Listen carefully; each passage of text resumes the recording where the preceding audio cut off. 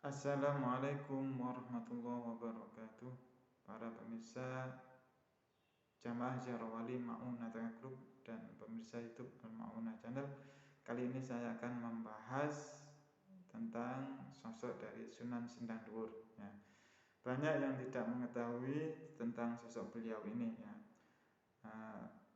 Apakah beliau ini wali songo atau tidak ya. Di dalam sumber beberapa referensi memang beliau ini tidak masuk dalam jajaran wali songo ya. Padahal ya, beliau ini hidup semasa Sunan Derajat ya. Dan beliau putra dari Syekh Abdul Qohar bin Malik bin Abu Yazid Sultan Baghdad ya. Seorang ulama dan keturunan dari raja ya, yang ada di Baghdad pada waktu itu.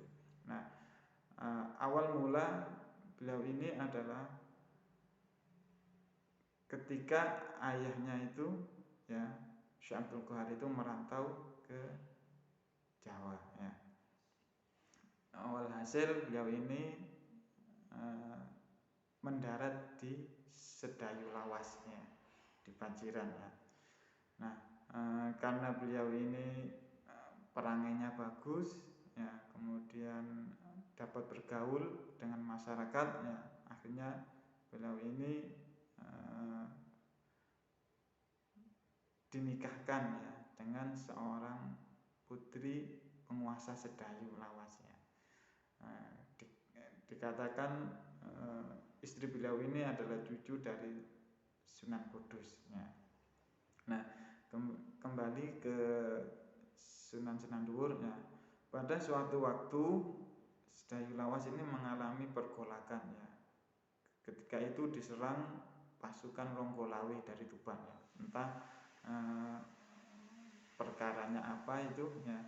Yang jelas ada peperangan ya, dan akhirnya ibu beliau ini waktu itu Syekh Nur Rahmat ya, dan Sunan Sendang Dhuwur ini masih di rahim ya ketika ada peperangan itu. Nah, kemudian diasingkan atau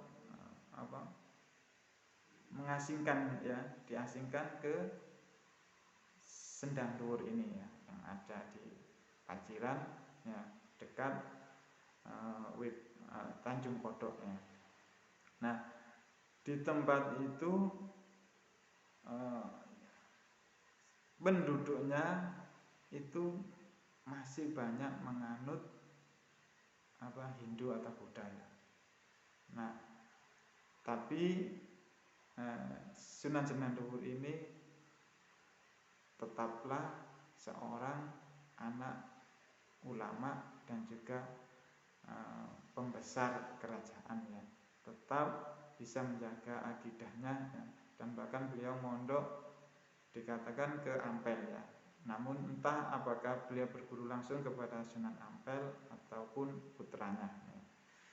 Nah, akhirnya setelah beberapa lama memondok ya, dan akhirnya sedikit demi sedikit menyebarkan agama Islam di Paciran ya, akhirnya murid beliau bertambah banyak ya. Dan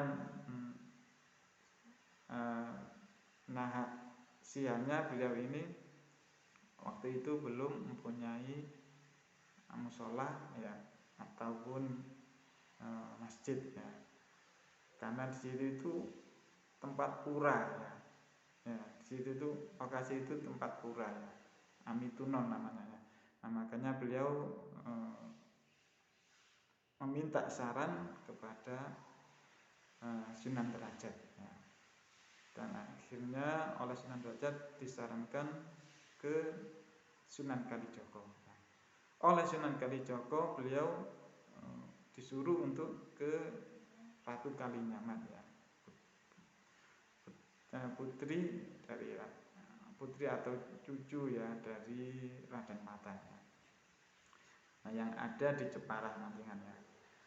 Nah, oleh Sunan Kalijogo disuruh untuk ke sana karena di sana ada masjidnya. ada masjid yang dibangun oleh anggota Wali Songo. Nah, karena juga suami dari Ratu Kalinyamat ini juga meninggal ya, sudah meninggal. Makanya istilahnya fungsinya mungkin agak berkurang ya, karena waktu itu setelah kematian Sultan Hadirin ya, ini pengikutnya sudah banyak berpindah ya, berguru ke tempat yang lain, entah itu ke Jepang ya, ke Demak dan lain-lain. Nah, akhirnya singkat kata masjid itu akhirnya bisa ya dipindah ke Sunan Sinandowur ya, yang ada di Paciran ya. Tentu itu bukan simsalabim ya, seperti magic ya, tapi kayu-kayu ya, bahan-bahan dari masjid itu